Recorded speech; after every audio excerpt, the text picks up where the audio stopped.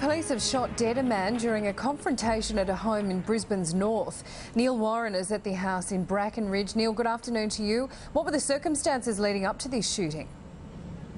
Hi Sam, well, two experienced detectives came to this house in Ivor Street, Bracken Ridge. They were basically wanting to talk to a 36-year-old man who'd recently been released from jail about some recent property offences. Now, they couldn't find him at first. They've gone inside the house with his partner. There were two children in there too. Now, as they've walked out the back of the house through the back door, he was standing there. He dropped a bottle of water, pointed a handgun at them. Now, the two officers have fled. One's gone down the side of the house, the other into a carport. Now, it's that officer that got himself into trouble, according to police. He was hunted down by this 36-year-old man and had no option when he was confronted with him in the carport, only to shoot him. Now, up to four shots were fired.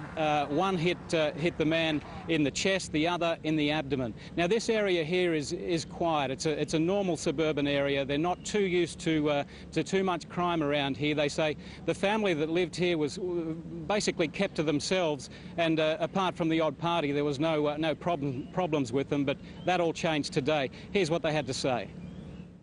They walked down the side of the house, and then I went in my room, started walking to my room then, and heard this "oh dear" and three pops, and only one man walked out. I heard screaming and crying when I was walking down the street about 4 minutes after it all happened.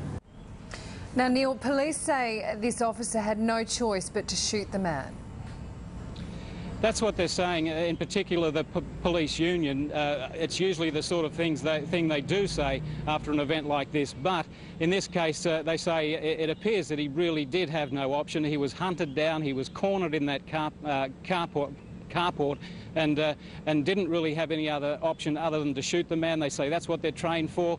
A split-second decision has to be made if someone points a firearm at them, and that's what happened. But of course this will be investigated.